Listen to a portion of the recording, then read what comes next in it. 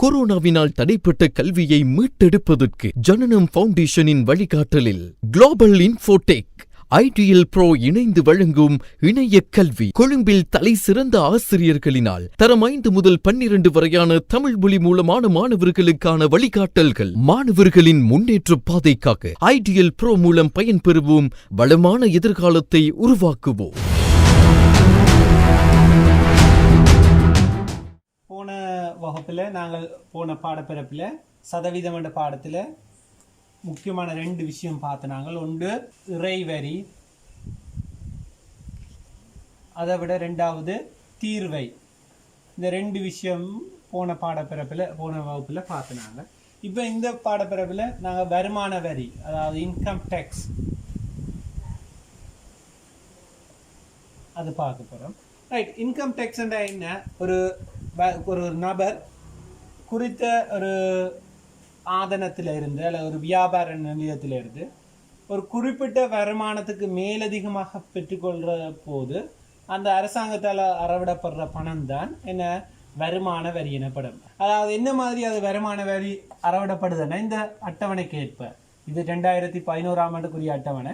நாங்கள் சும்மா அதை பார்ப்போம். ஆண்டு வருமானம் முதல் 500,000க்கு என்ன செய்ய மாட்டாங்க, அவங்களுக்கு வரி இல்லை. அடுத்த 500,000க்கு அவர் அடுத்ததாண்டா என்ன, அடுத்த இதுக்கு மேலே ₹1 கூடினாலும் அந்த ₹1 என்ன நடக்கும்? வருமான வரியாக அறவிடப்படும். அப்போ அடுத்த 500,000க்கு என்ன? 4% வரியும், அடுத்த 500,000க்கு அதுக்கு அடுத்த 8%, அடுத்த 500,000க்கு 12%, அதற்கு அடுத்த 500,000க்கு 16% வருமான அந்த வரியாக அறவிடப்படும். ரைட். அப்போ இதை அடிப்படையாக வச்சுக்கொண்டு முதலாவது உதாரணம் பாருங்க. பக்கம் 153ஆம் பக்கத்தில் இருக்க உதாரணம். ஒருவருடைய ஆண்டு வருமானம் ₹575,000 எனில் அவ்வாண்டுக்குரிய 2011ஆம் ஆண்டிலிருந்து நடைமுறைப்படுத்தப்படும் வரி எல்லைகளுக்கு ஏற்ப அவர் செலுத்த வேண்டிய வருமான வரியை கணிக்க. ரைட். கிடைக்கும் வருமானம், அவருக்கு கிடைக்கிற வருமானம் எவ்வளவுன்னு சொல்லியிருக்கு? ₹575,000. இதுதான் அவருக்கு கிடைக்கிற வருமானம். ரைட். அப்போ அவருக்கு முதல் 500,000க்கு என்ன? வருமான வரி இல்லை. அப்போ வருமான வரி செலுத்த வேண்டிய பணம் என்ன செய்வியல்? முதல் 500,000க்கு இல்லையண்டா 575,000லேருந்து 500,000 கழிச்சியலண்டா எவ்வளவு? 75,000 ரூபாய்க்கு தான் என்ன அவர் வருமானம், அதாவது வருமான வரி கட்ட போகிறார். அப்போ 75,000 ரூபாண்டா என்ன? இதுக்குள்ளே வந்துடும். 500,000 இந்த இதுக்குள்ளே அடங்கிடும். அப்போ அதுக்கு எத்தனை வீதம் வேறு? அப்போ வருமான வரி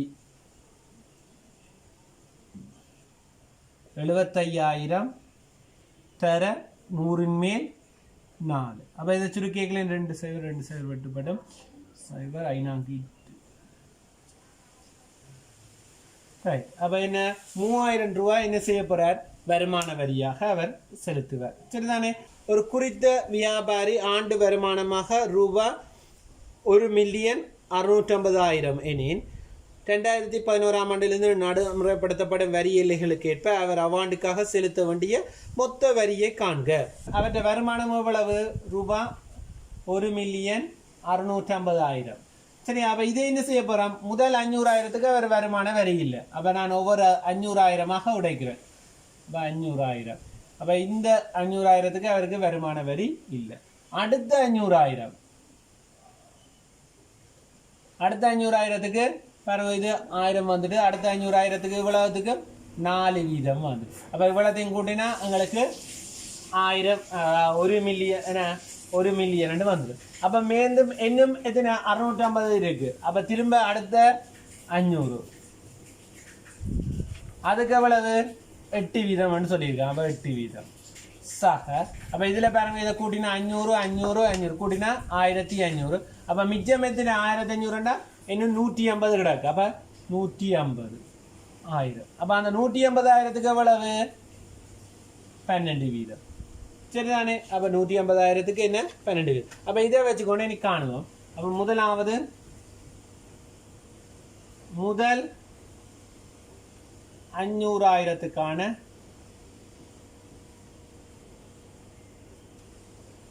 வருமான வரி. என்ன செய்வியல்? 500,000 தர 100 மேல் 4. அப்போ சுருக்கேக்கில் எங்களுக்கு 20,000. அப்போ முதல் 500,000க்கு எவ்வளவு?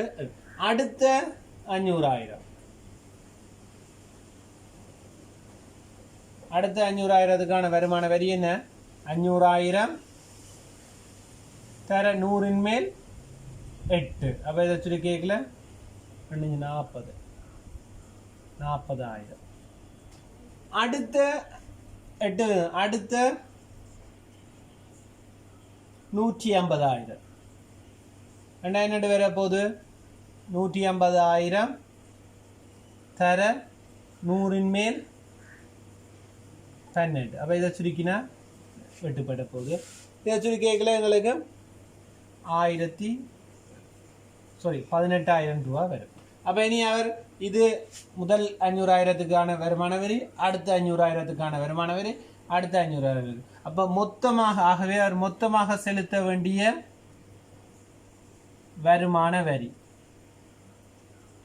எவ்வளத்தை கூட்டினா, இதை கூட்டிக்கல 60,000, 60,000 18,000 கூட்டினா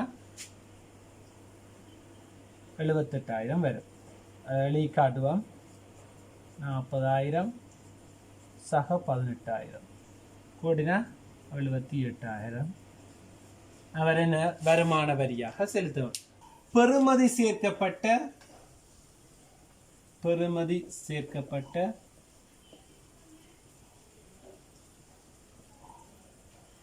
வரி, அதைத்தான் நாங்கள் வெட் வரின்னு சொல்ல போகிறோம். சரியா?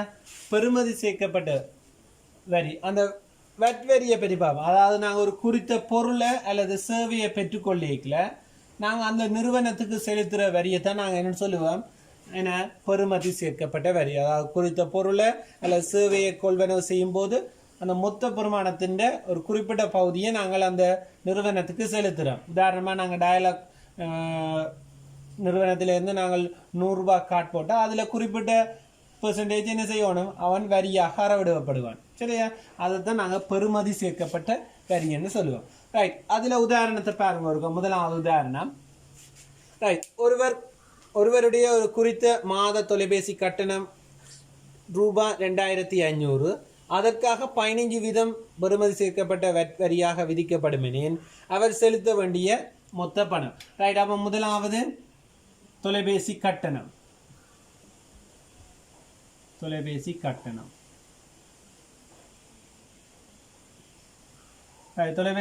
எவ்வளவு? 2,500 ரூபா. சரிதானே? ரைட். அடுத்தது பெறுமதி சேர்க்கப்பட்ட வரி, வெட் வரி 15%. ஆகவே வெட் வரி பெருமானம் என்னென்று வரப்போகுது? 2,500 ரூபாவுக்கு 15%. அப்போ இதை சுருக்கேக்கில் 375 ரூபாய்னு இந்த வெட் வரியாக அறவிடப்படுது. அப்போ அவர் மொத்தமாக செலுத்த வேண்டிய பணம் வேண்டாம், மொத்தமாக செலுத்த வேண்டிய பணம். அப்போ என்ன? அவர் தொலைபேசி கட்டணமும் கட்டணும், அந்த வருமான வரியும் கட்டணும். அப்போ 2,500 சக 375. அப்போ கூட்டினா 2,875 ரூபாய் என்ன மொத்தமாக அவர் செலுத்த வேண்டிய பணமாக இருக்கு. சரிதானே? ஒரு சப்பாத்து நிறுவனம், ஒரு குறித்த சப்பாத்து உற்பத்தி செய்யப்படும் நிறுவனத்தினால் மூலப்பொருளுக்கான செலவு அவன் தந்திருக்கிறான். மூலப்பொருள் செலவு 1,200 ரூபாவும். சரியா? அடுத்தது உற்பத்தி செலவு 300 ரூபாய். அடுத்தது ஏனைய செலவு 200 ரூபாய். அப்போ மொத்த அந்த சப்பாத்து உற்பத்தி செய்கிறதுக்கு 1,700 ரூபாய் மொத்த செலவு. ரைட். பிறகு சப்பாத்து சோடியோனை விற்கும் போது லாபமாக 250 ரூபாவையும் 15% பெறுமதி சேர்க்கப்பட்ட வரியையும் நுகர்வோர் செலுத்தால் சப்பாத்து சோடியின் விற்பனை விலை. ரைட். முதலாவது இதில் 250 ரூபா லாபம் வைக்க போயினோமா? அப்போ லாபம் 250 ரூபாய். ரைட். அப்போ இனி சப்பாத்தின் பெருமானம் 1700 ரூபாவும் கொடுக்கணும், அடுத்த இந்த லாபமும் கொடுக்கணும். அப்போ மொத்தமாக 1950 ரூபாய் என்ன மொத்தமாக செலுத்தணும். ஆனால் அதோட அவர் இன்னொரு இது அறவடினம் வரியும். அப்போ வரி பணம் எவ்வளவு? 950 ரூபாவுக்கு 100 மேல் 15. ரைட். அப்போ இதை 15 ரூபா கண்டா எத்தனை? 292 ரூபாய் 50. அதாவது என்ன, இந்த வரி 15% பெறுமதி சேர்க்கப்பட்ட வரியை. அப்போ இனி மொத்தமாக நுகர்வோர் செலுத்த வேண்டிய நுகர்வோர் செலுத்த வேண்டிய மொத்த பணம் என்ன நடக்கும்? அவர் என்ன இந்த காசை கொடுத்தது 1950 சக 292 ரூபா 50. இதையும் கொடுக்க என்ன வரும்? 50 2 4 2. அப்போ அவர் எவ்வளவு? 2242 ரூபா 50 மொத்தமாக கொடுக்க வேண்டி வரும். அடுத்த விடயத்துக்கு போவோம். இதுவும் மிக முக்கியமான ஒரு பகுதி, வட்டி. வட்டி என்றா என்ன? அதாவது ஒருவரிடமிருந்து அல்ல ஒரு குறித்த நிறுவனத்திலிருந்து ஒரு குறிப்பிட்ட கடனை பெற்றதுக்கு நாங்கள் ஒரு குறிப்பிட்ட காலத்துக்கு பிறகு மேலதிகமாக செலுத்துகிற பணத்தை தான் நாங்கள் என்ன சொல்லுவோம்? வட்டி என்று சொல்லுவோம். வட்டி என்றா என்ன?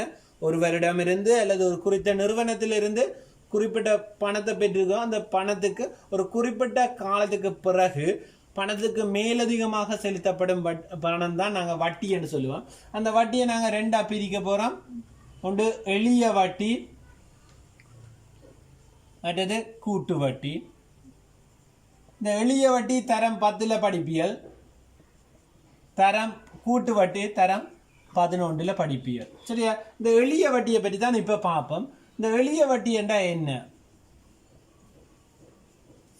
ரைட். எளிய வட்டி என்றா என்னண்டா, ஒரு மாதந்தோறும் அல்லது ஆண்டு தோறும், சரியா, அந்த தொடக்க பணத்துக்கு நாங்கள் வட்டியை கணிச்சா நாங்கள் அதை எளிய வட்டின்னு சொல்லுவோம். அதாவது ஒரு மாதந்தோறும் ஆண்டு தோறும் என்ன ஆரம்ப தொடக்க பணத்துக்கு நாங்கள் வட்டியை கணிக்க வலிக்கிட்டோம்னா அதை சொல்லுவோம் என்ன? எளிய வட்டி. சரிதானே? ரைட். அப்போ முதலாவது வட்டி என்ற விஷயம் பார்த்தனாங்க. அந்த வட்டியில் 2 வகை பார்த்தனாங்க. ஒன்று எளிய வட்டி, மற்ற கூட்டு வட்டி. எளிய வட்டி தான் இந்த பாடப்பிறப்பில் உங்களுக்கு வரப்போகுது. கூட்டு வட்டி தரம் 11 படிப்பீர்கள். ரைட். எளிய வட்டி என்னென்னா மாதந்தோறும் அல்லது ஒரு ஆண்டு தோறும் ஒரு குறித்த பணத்துக்கு தொடக்க பணத்துக்கு வட்டி கணிக்கிறத நாங்கள் எளிய வட்டின்னு சொல்ல போகிறோம். ஒரு உதாரண கணக்கில் பார்ப்போம். எளிய வட்டிக்குரியது 10% ஆண்டு வட்டி வீதத்திற்கு கீழ் ரூபாய் 5000 கடனாக பெற்ற ஒருவர் அக்கடனிலிருந்து விடுவதற்கு 2 ஆண்டுகள் எடுத்தன. அவர் செலுத்த வேண்டிய மொத்த வட்டி. சரிதானே? அப்போ முதலாவது கடன் பணம் எவ்வளவு? கடன் பணம்னு சொல்லியிருக்கு 5000 ரூபாய் கடன் பணமாக பெற்றிருக்கிறார். அடுத்தது